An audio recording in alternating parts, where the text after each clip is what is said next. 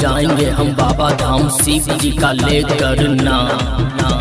भक्त है भोले के भोग लगाएंगे गोले के, बिगड़ेगा न मेरा कोई काम।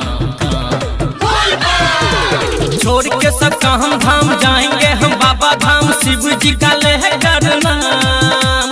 भक्त है भोले के भोग लगाएंगे गोले के, बिगड़ेगा न मेरा कोई काम।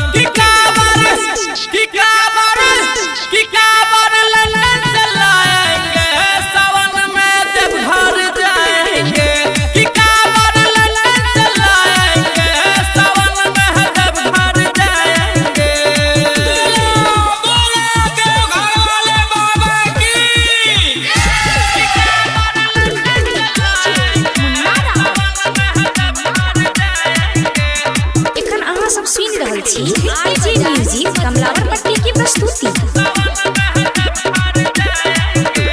भोले के स्टाइल में चीलम जलाएंगे, धुएं का छल्ला बनाकर उड़ाएंगे।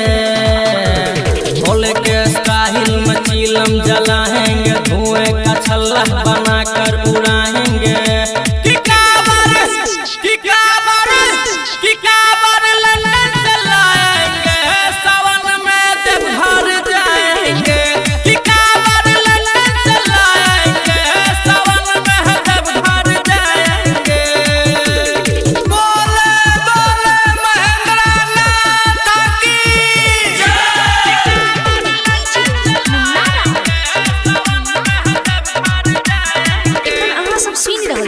आरजे म्यूजिक कमलावर पट्टी की प्रस्तुति।